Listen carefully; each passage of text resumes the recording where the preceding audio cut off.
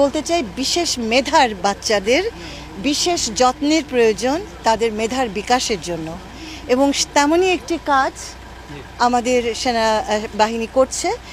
তাদের তোমরা তো জানো যে তাদের বিভিন্ন অঞ্চলে বিভিন্ন জায়গায় 13টি এরকম স্থাপনা আছে। ময়মনসিংহে এর আগে হয়নি। তো মানে আগের জায়গাগুলো আমাদের সমাজ কল্যাণের সহযোগিতায় হয়েছে। আমি তো খুবই খুশি, কারণ আমি আগেরটা সম্পর্কে জানি, ওগুলো আমার কাছে এসছে এবং ওরা ওয়েল ম্যানেজ, ওয়েল অর্গানাইজড, সুন্দর পরিবেশ। তো সেই ধরনের স্ট্যান্ডার্ডে বাচ্চারা, আমাদের 200-300 বাচ্চা লালিত হবে, এটা তো আনন্দের কথা। এবং আমি মনে করি যে আমার সমাজ কল্যাণ মন্ত্রণালয়ের এটার একটা তো মূল কাজ আমাদের বাচ্চাগুলোকে ঠিকমতো করে বেড়ে তোলা। তো সেই কারণে এসছি তোমাদের ময়মনসিংহে। তো আশা করছি যে এখানে একটা এই ধরনের একটা ইনস্টিটিউশন হবে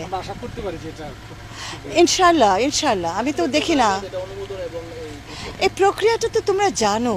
প্রক্রিয়াটা আমার হাতে থাকলে তো আমি নিমেষেই করে দিতাম, কিন্তু প্রক্রিয়াটা তো জানো। তো ওইটুকু সময় তো লাগবে। আর সবচেয়ে বড় কথা হচ্ছে কি, আমাদের মানে civil and military bureaucracy must work together.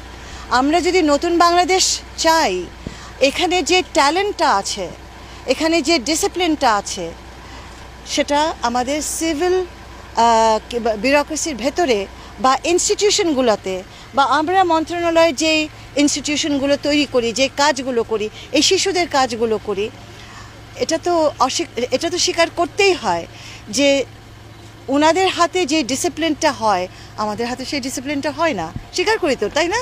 তো সেই জায়গাটাতে আমার মনে হয় আমাদের অনেক কোলাবোরেশনের দরকার।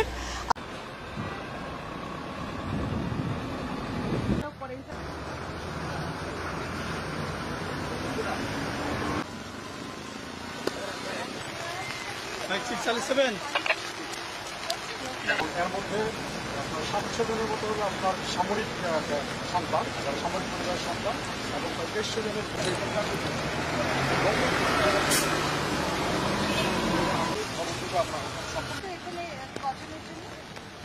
এখানে এই